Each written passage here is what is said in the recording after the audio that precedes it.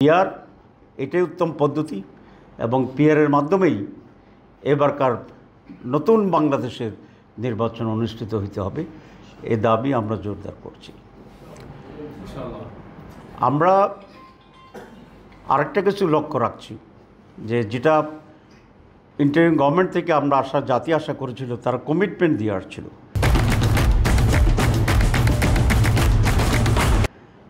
যে তারা নিরপেক্ষ থাকবে এবং তারা সংস্কার করবে, বিচার দৃশ্যমান করবে এবং নির্বাচন করবে।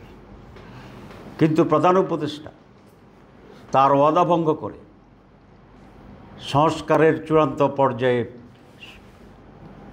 সিদ্ধান্তে পৌঁছার আগেই নির্বাচনের তারিখ ঘোষণা করছে এবং বিচারও এখনও দৃশ্যমান হয়। এর মাঝে উনি মনে হয় কোনো শক্তির কাছে মাথা নত করে প্রভাবিত হয়ে আবার একটি পরিকল্পিত নির্বাচনের দিকে এগিয়ে যাচ্ছেন বলে দেশবাসীর সন্দেহ পোষণ করছে। গতকালকে আপনারা দেখছেন যে একটা রোড ম্যাপ ঘোষণা করেছে নির্বাচনের, এটা কি বলে, কি নকশা বলে, পথনকশা বাংলায়। কিন্তু অনেকগুলো বিষয় এখন আনসেটেল রয়ে গেছে। নির্বাচন ফেব্রুয়ারি নির্বাচনে জামাতে ইসলামীর কোনো আপত্তি নেই। আমরা 15 ফেব্রুয়ারি নির্বাচন করার জন্য সারা দেশে প্রস্তুতি নিচ্ছি, কিন্তু একটি সুষ্ঠু অবাধ নির্বাচনের জন্য কতিপয় বিষয়ের শুরু হওয়া অত্যন্ত জরুরি। তার মাঝে 1 নম্বর হচ্ছে, আমরা বলেছি জুলাই চার্টার, এটাকে আমরা যেখানে ঐক্যমত পৌঁছেছি সে সমস্ত জায়গায় এটাকে আইনগত ভিত্তি দিতে হবে এবং এর ভিত্তিতেই ফেব্রুয়ারির নির্বাচন হতে হবে।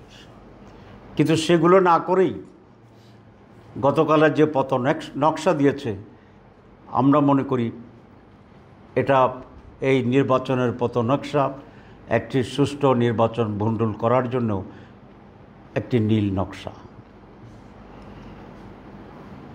এটা আমরা হতে দেব না।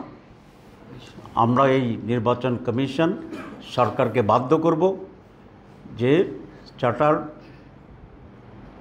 রিফর্ম চার্টারের মাধ্যমে, পিআরের মাধ্যমে আগামী নির্বাচন হতে হবে এবং সেটা বাধ্য করা হবে ইনশাআল্লাহ।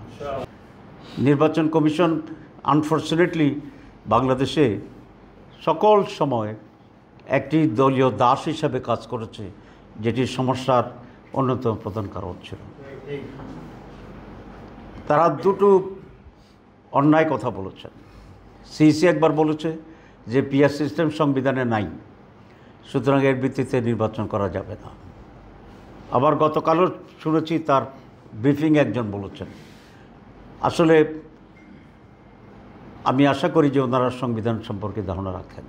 সংবিধানে নির্বাচন করার কথা বলা হয়েছে, কিন্তু কোন পদ্ধতিতে করা হবে এটা কিন্তু বলা হয়নি। সুতরাং আজকে দুটো পদ্ধতির প্রস্তাব, একটি আগের ট্রেডিশনাল যে পদ্ধতি কনস্টিটিউয়েন্সি ওয়াইজ, আর আমরা নতুন বলেছি পিআর সিস্টেম। সুতরাং এই দুইটা পদ্ধতির ভিতরে যে কোনো একটি সেটেল না হওয়া পর্যন্ত একটি সিস্টেমে নির্বাচনের পথনকশা ঘোষণা করাটা এটা তাদের জন্য বড় ধরনের অপরাধ এবং অন্যায়। আমি সিইসি সহ যিনি বলেছেন তাদেরকে এটা উড্র করার জন্য বলবো এবং দেশবাসীর কাছে ক্ষমা চাওয়ার জন্য বলব। এরপরে যদি এ ধরনের কোনো বক্তব্য আসে তাহলে সিইসির ব্যাপারে আমরা অনাস্থা জ্ঞাপন করব কিনা এটা আমাদেরকে ভেবে দেখতে হবে। প্রিয় ভাইরা,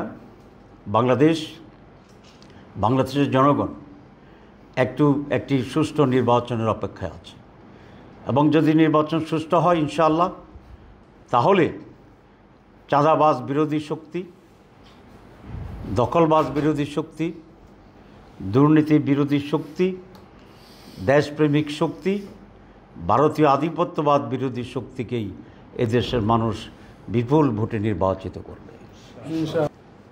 প্রধান রাজনৈতিক শক্তিগুলো আমরা ঐক্যবদ্ধ আছি। একদিকে বিএনপি আর অন্যদিকে সকল রাজনৈতিক শক্তি, ইসলামিক এবং সেকুলার। সুতরাং এই যে পোলারাইজেশন, এদেশের মানুষ এই নতুন পোলারাইজেশনকে গ্রহণ করবে এবং তার অপেক্ষায় তারা আছে।